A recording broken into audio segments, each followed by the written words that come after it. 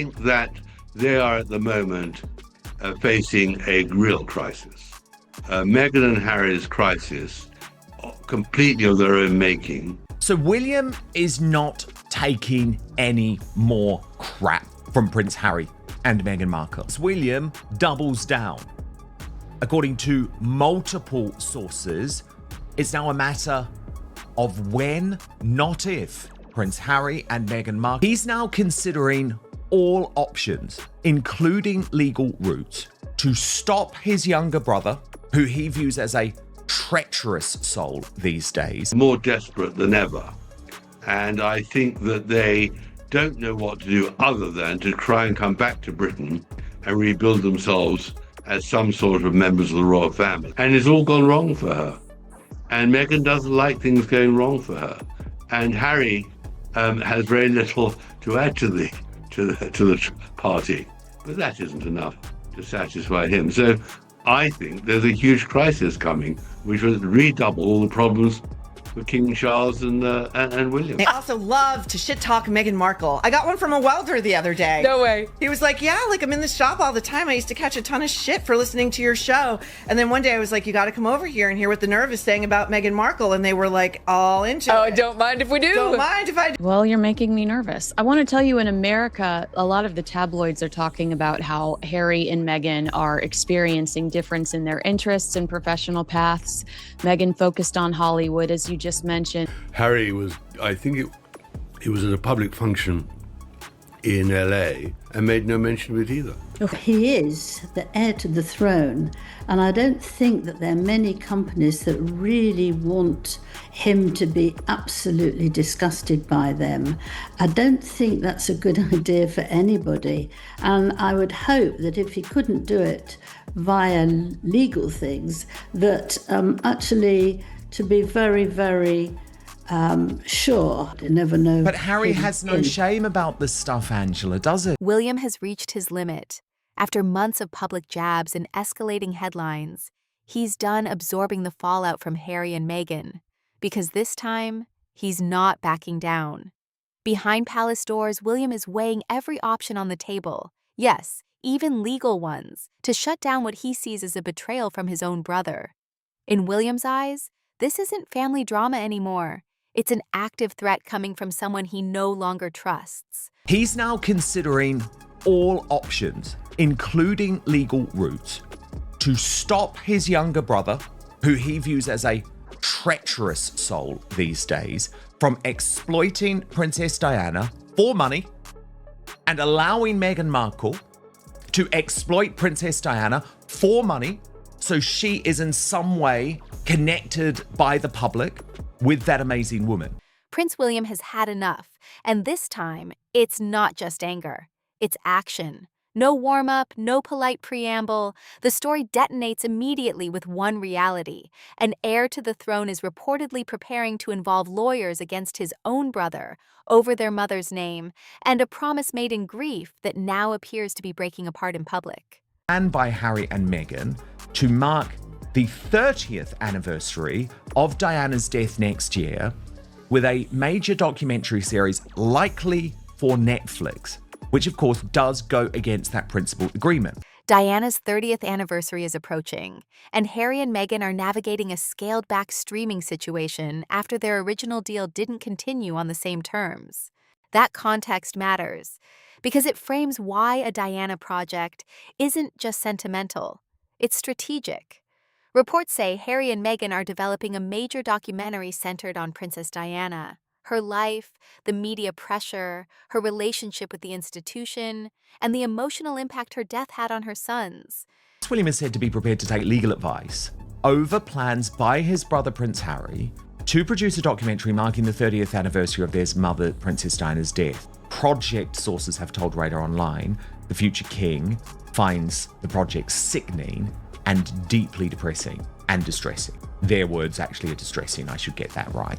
Harry and his wife Meghan are understood to be developing the Diana documentary project as part of their multi-million-dollar deal with the streaming service following their decision to step back from royal duties.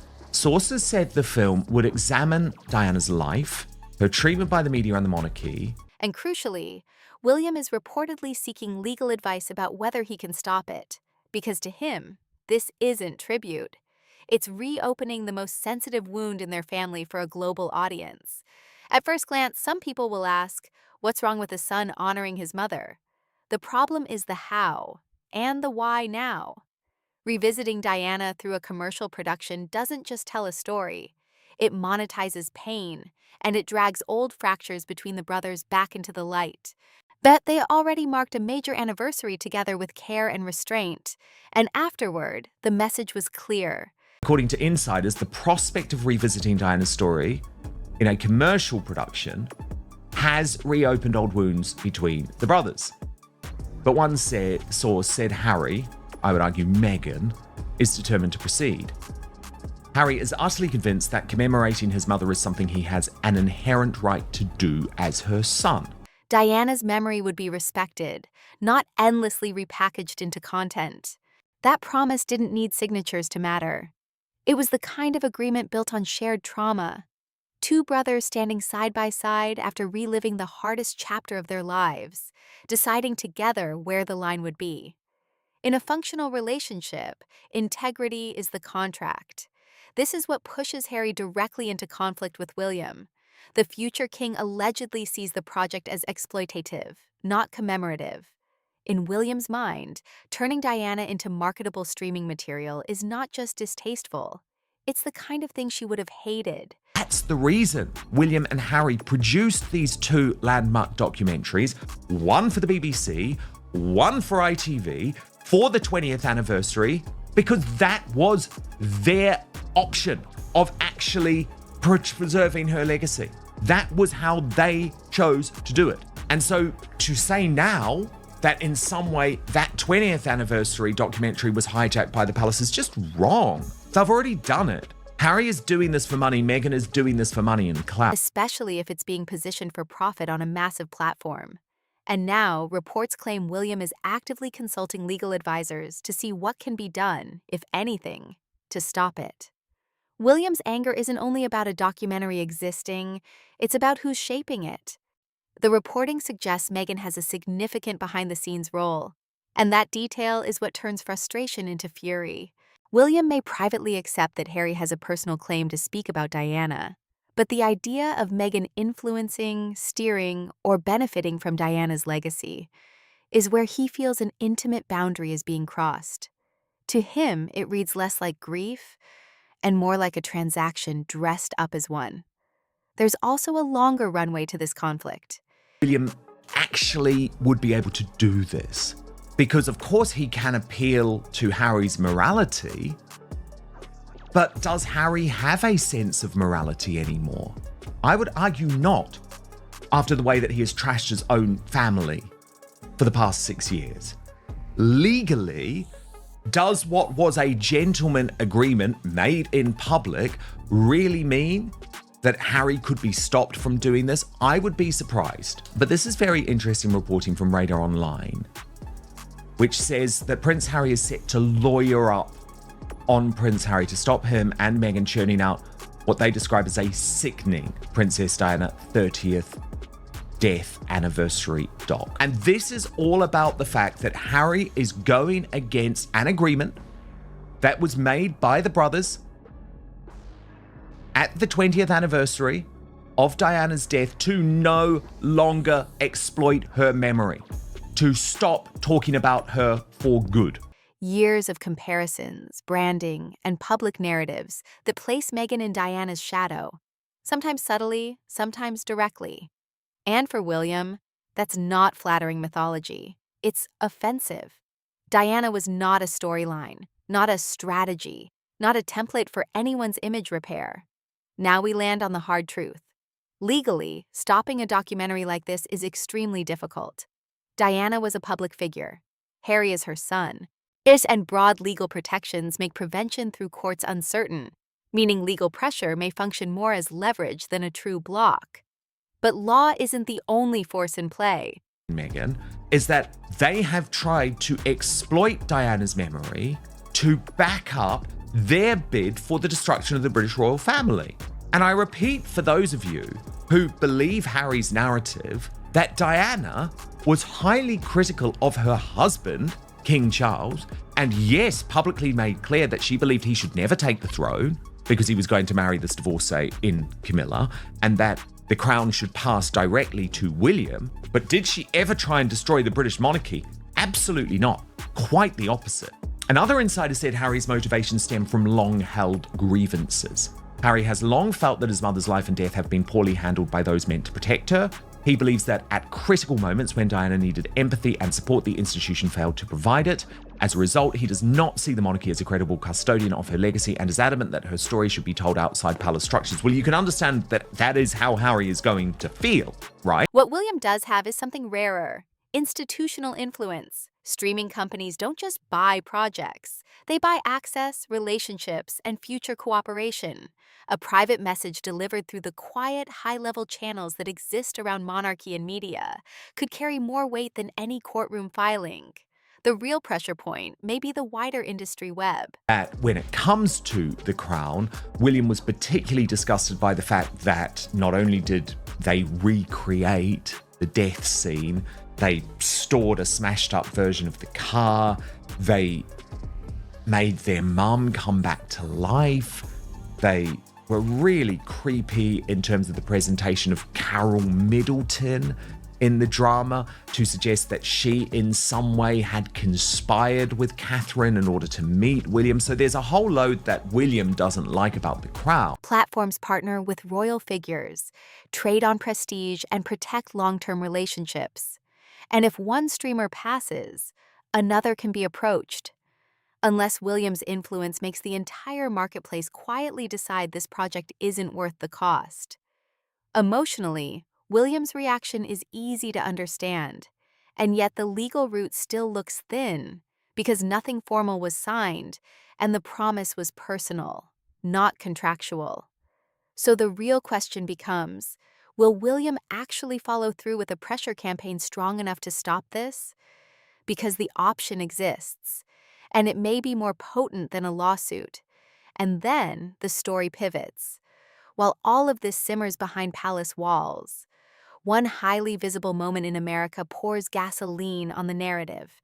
Harry and Meghan showed up courtside, front row, is cameras everywhere, choosing the exact kind of maximum exposure seating that clashes with the identity they've built around privacy and media harm. And when you watch the slowed footage closely, the contrast is stark. Meghan appears engaged and camera-aware, while Harry looks tense, closed off, and physically angled away, responding only when prompted, then retreating again. Observers noted the imbalance in body language, her repeated touch, his lack of reciprocation. But it's also important to be honest about what footage can't prove. Relationships can't be diagnosed from seconds on camera, and public appearances are pressure cookers, especially for someone with a complicated history with the press. Still, one fact is undeniable. They chose the most photographed seats in one of America's most photographed arenas. That wasn't random, it was deliberate. And deliberate public choices like that are rarely made without a purpose, especially when rumors are already circulating. With separation chatter growing louder, the outcome of that appearance is debatable, because the images that traveled farthest weren't joyful, relaxed snapshots. They were frames of Harry looking like someone who would rather be anywhere else. And zooming out, the broader pressure becomes clear. Reduced deal power, underperforming ventures, and a lifestyle that demands continuous high-level income that may not be coming in fast enough. In that context, a Diana anniversary documentary becomes more than emotional. It becomes commercially obvious. Diana is still one of the most globally magnetic figures of the modern era, and a project framed around a son's perspective would ignite instant interest across platforms and generate serious money. But the real cost isn't financial. It's relational and moral. A commercial documentary shaped behind the scenes within a business arrangement doesn't just strain what's left with William. It threatens the credibility of the truth and healing narrative Harry has spent years building. And the more commercial the structure looks, the harder it becomes to sell it as anything other than exploitation. Harry's argument is simple. Diana's memory belongs to no institution, and as her son, he has the right to tell her story. That may be true, but there's a difference between having the right to do something and that thing being right. And when that line disappears, what you're watching isn't just another royal scandal. It's the final collapse of a brotherhood forged in childhood grief, briefly repaired in shared tribute, and now splintering over a promise and a name. Diana spent her life trying to be seen clearly and trying to protect her sons so they'd survive what she endured. She deserved better from the system that failed her, and she deserves better than a legacy fought over like currency. Oh, so the question is direct.